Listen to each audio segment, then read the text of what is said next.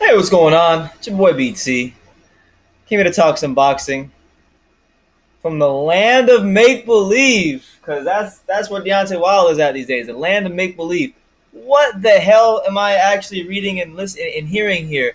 I was just catching up on some boxing news and just getting back in the fold of things. Shit, man, this man wants 60-40 to fight Joshua in his favor, and then he comes off saying like, I I should get 60-40, but because I want to make the fight for the fans, I'll take 50-50. And then he says like his pay-per-view of Fury is going to do 2.5 million pay-per-view buys. This man is either delusional or he's on PCP or I don't know what it is. They must have some funky water in Alabama that corrodes your mess up your brain cells, because there's no way in hell that Deontay Wilder can sit here and say that he deserves 60-40 over Anthony Joshua. Now, we shouldn't even talk. He shouldn't even be answering questions about Anthony Joshua, because he's got a very tall task in front of him in one Tyson Fury, one that I think he's not going to pass. He's going to probably get outboxed.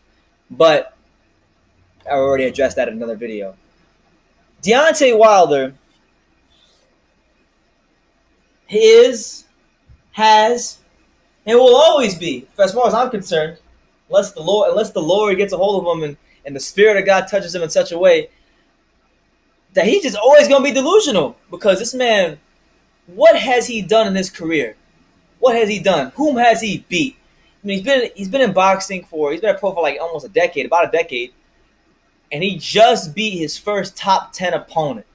His first top 10 opponent in Luis Ortiz. His first credible opponent in Luis Ortiz. And this man thinks he can just walk up to Anthony Joshua and just get 60-40 like that. Like, I mean, truth be told, don't mean shit to me. I'm not seeing a cent of the 60-40 or the 50-50, whatever the split is. But I'm just saying, you gotta care about these things, because it prevents the fights from happening. Okay, and like I said, he's got his own task with Fury. God bless him, because it's gonna be a tough one. He doesn't know what he's in for. He's just hoping to land one big punch, and when 3, 4, 5 rounds go by and he hasn't landed a big punch, he will in fact get discouraged, and he will in fact be susceptible to himself get knocked out. I'm telling you right now, it's going to happen.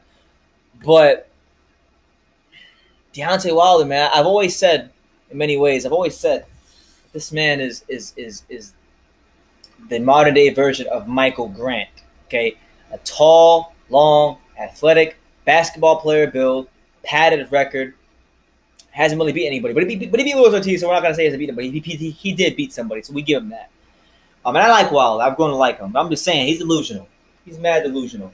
And the thing is, too, like, I'm just beside myself. I mean, I saw the interview with Eddie Hearn and on IFL TV with Coogan, and they even asked Dan Rayfield, like, yeah, what do you think about Deontay Wilder saying he wanted a 60-40 split with Joshua? And Dan Rayfield was like, yeah, 60-40 for Joshua, and they said no, 60-40 for Wilder. He said there ain't no damn fight. So I mean, there you have it. I mean, I don't know. I don't know what planet this guy is living on. You know, I made enough videos this year about how delusional Deontay Wilder is, and how much they've held that fight up, and people have said that it's Hearn and Joshua. And to be fair, there is a role that they've played, because I'm of the belief that whenever fights don't happen, it's always because of all parties, not just one. But I believe Finkel and Wilder and the powers that be on that side of the table, their heads are so far and so squarely up their own asses that they cannot see that those are very unrealistic demands. Wilder has never seen 3 million. He's never seen 3 million, let alone want 60-40 in a Joshua fight where he's going to be making upwards of $10+ million. And honestly, if this is such a big deal, he could have accepted the $15 million flat fee, and we would have been having this fight already. But we already gone through that. I mean, what you got to ask yourself too? What realistically, as far as pay-per-view buys, what can we expect from Wilder versus Fury?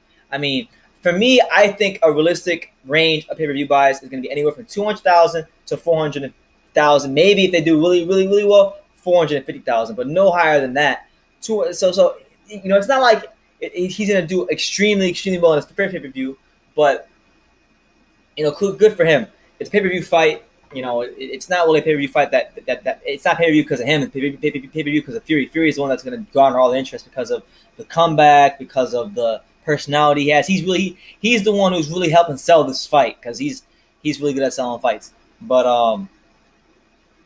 Deontay Wilder is in for a world of trouble because he's gonna be having to chase Fury around the ring all night long.